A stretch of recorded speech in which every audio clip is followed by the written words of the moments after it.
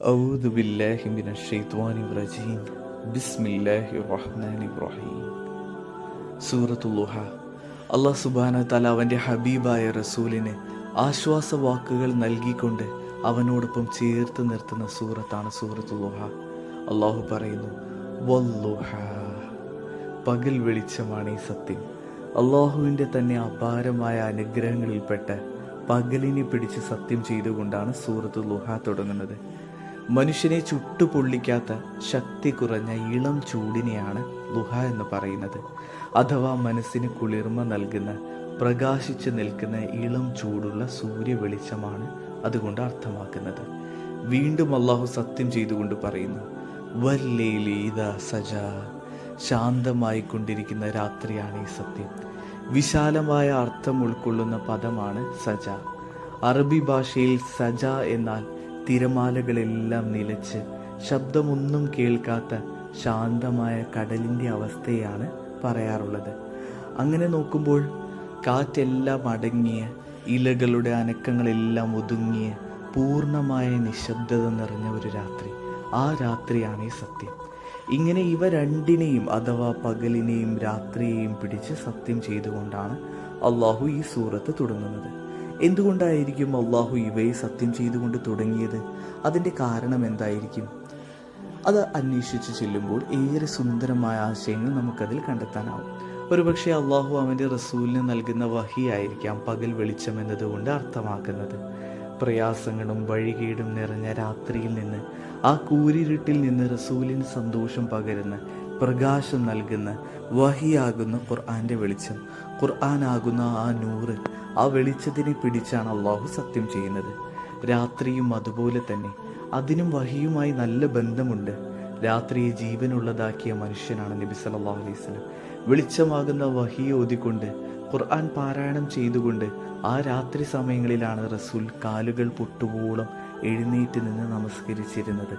ആ രാത്രികളിലായിരുന്നു ഖുർആൻ കേൾക്കാൻ പാത്തും പതുങ്ങിയും ശത്രുക്കൾ പോലും റസൂലിൻ്റെ വീടിന് ചുറ്റും കൂടിയിരുന്നത്. അത്രമേൽ മനോഹരവും ആളുകൾക്ക് കേൾക്കാൻ ഇമ്പമുള്ളതുമായിരുന്നു റസൂലിൻ്റെ ഖുർആൻ പാരായണം. അഥവാ പകൽ വെളിച്ചമാകുന്ന, അള്ളാഹുവിൽ നിന്നുള്ള വഹിയാകുന്ന ആ ഖുർആനും, ആ വഹി നിലയ്ക്കാത്ത പാരായണം ചെയ്യപ്പെട്ടുകൊണ്ടിരുന്ന രാത്രികളും. ഇങ്ങനെ ഒരു ബന്ധം, ഒരു രഹസ്യം അള്ളാഹു പകലിനെയും രാത്രിയെയും പിടിച്ച് സത്യം ചെയ്തതിൽ നമുക്ക് കാണാൻ സാധിക്കും.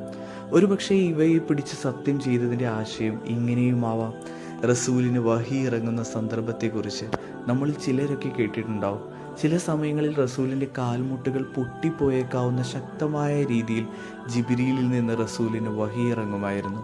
ഒരിക്കൽ ഒട്ടകത്തിന് മേലിരിക്കുന്ന സമയത്ത് വഹി ഇറങ്ങിയപ്പോൾ ഒട്ടകം പോലും മുട്ടുകുത്തി അവിടെ ഇരുന്നു പോയ സംഭവം ചരിത്രത്തിൽ നമുക്ക് കാണാൻ സാധിക്കും. ഖുർആനിൽ അള്ളാഹു പറയുന്നുണ്ടല്ലോ, ഇന്നാ സനുൽഖി അലൈക ഖൗലൻ സഖീല, തീർച്ചയായും നാം നിനക്ക് ഭാരമേറിയ വചനം അവതരിപ്പിക്കുന്നതാണ്. ഇങ്ങനെയൊക്കെ ആയിരുന്നാലും തനിക്ക് വഹി ഇറങ്ങുന്നത് ഏറെ ഇഷ്ടപ്പെട്ട് അതിനുവേണ്ടി ഏറെ കൊതിച്ചു നിന്നിരുന്ന വ്യക്തിയായിരുന്നു റസൂൽ. അങ്ങനെ നമുക്ക് ഇമാജിൻ ചെയ്യാനാവാത്ത വിധം റസൂൽ വഹി ഇറങ്ങുന്നത് ഇഷ്ടപ്പെട്ടിരുന്നു. സൃഷ്ടാവായ അള്ളാഹുവിൻ്റെ കലാമായ ഖുർആൻ മലക്കുകളുടെ നേതാവായ ജിബ്രീലിൽ നിന്നും കേൾക്കുവാൻ, അത് ഹൃദയത്തിലേക്ക് സ്വീകരിക്കുവാൻ കൊതിക്കുന്ന ആ റസൂലിനെ ഒന്ന് ആലോചിച്ച് നോക്കൂ. ചില സമയങ്ങളിൽ എന്താണ് വഹിയുമായി ഇറങ്ങാൻ ഇത്ര വൈകുന്നതെന്ന് പറഞ്ഞ് റസൂൽ ജിബ്രീലിനോട് പരാതി പറയുമായിരുന്നു. അള്ളാഹുവിൻ്റെ കൽപ്പനയ്ക്കനുസരിച്ചല്ലേ എനിക്ക് വരാൻ കഴിയുകയുള്ളൂ എന്ന് ജിബ്രീൽ മറുപടിയും പറയും.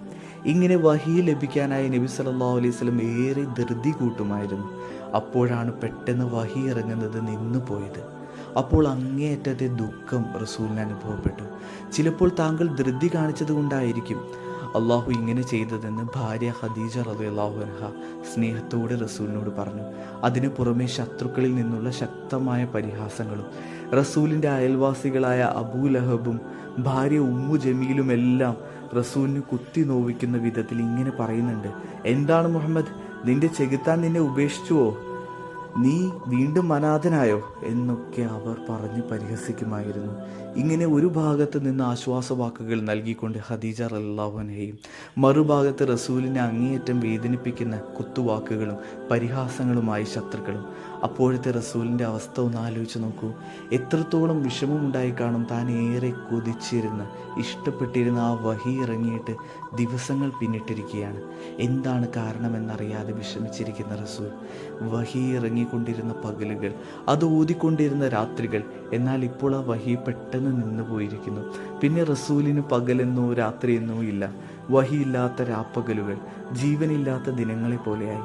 തൻ്റെ തെറ്റുകൊണ്ടാണോ, താൻ ധൃതി കാണിച്ചത് കൊണ്ടാണോ അള്ളാഹു വഹി നൽകാത്തതെന്ന് ചിന്തിക്കുന്ന റസൂൽ. സങ്കടത്തിൻ്റെ ആക്കം കൂട്ടുന്ന തരത്തിൽ ശത്രുക്കളുടെ പരിഹാസവാക്കുകളും. ഇത്തരം ഒരു വേദനാജനകമായ അവസ്ഥയിൽ കഴിയുന്ന റസൂൽ ഈ ഒരു സന്ദർഭത്തിലാണ് അല്ലാഹു സുബ്ഹാനഹു വ തആല അവൻ്റെ ഏറ്റവും സുന്ദരമായ ആശ്വാസവാക്കുകൾ സൂറത്തുൽ ളുഹായിലൂടെ റസൂലിനെ ഇറക്കി കൊടുക്കുന്നത്. റസൂലിനെ ചേർത്ത് പിടിച്ചുകൊണ്ട് അള്ളാഹു പറയുകയാണ്, മാ വദ്ദഅക റബ്ബുക വമാ ഖലാ. നിന്റെ റബ്ബ് നിന്നെ ഉപേക്ഷിച്ചിട്ടില്ല, നിന്നോട് കോപിച്ചിട്ടുമില്ല.